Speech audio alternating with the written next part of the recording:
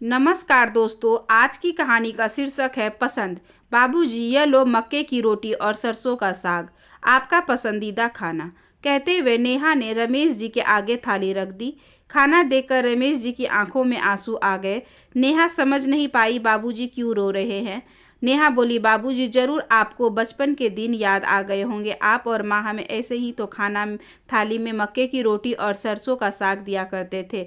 माँ को पता भी था कि बाबूजी का पसंदीदा खाना देख कोई मना नहीं करेगा।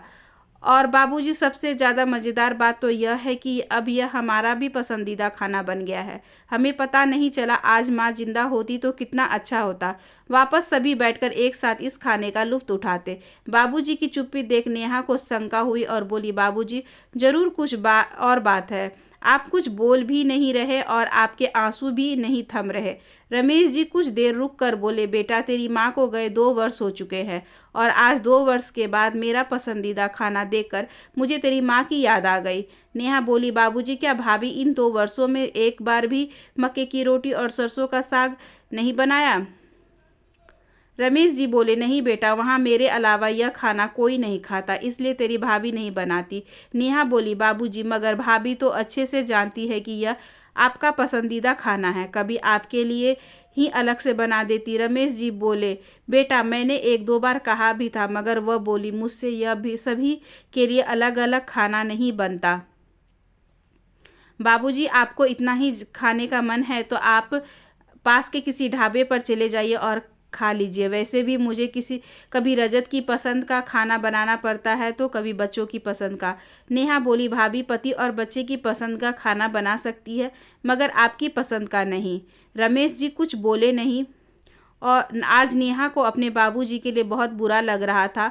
15 दिन बाद जब नेहा अपने बाबूजी को छोड़ने मायके आई तो वह अपनी भाभी प्रिया से बोली, भाभी, आपने तो बाबूजी को खाने के लिए तरसा दिया। प्रिया बोली, क्या हुआ दीदी?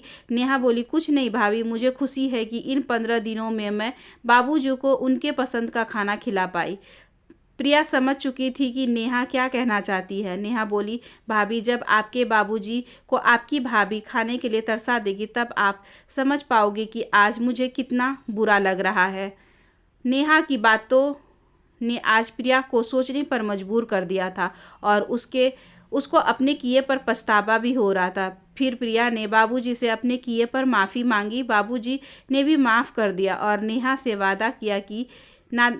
वादा भी किया कि आगे से बाबूजी का ख्याल रखेंगी। और आज नेहा भी खुश थी।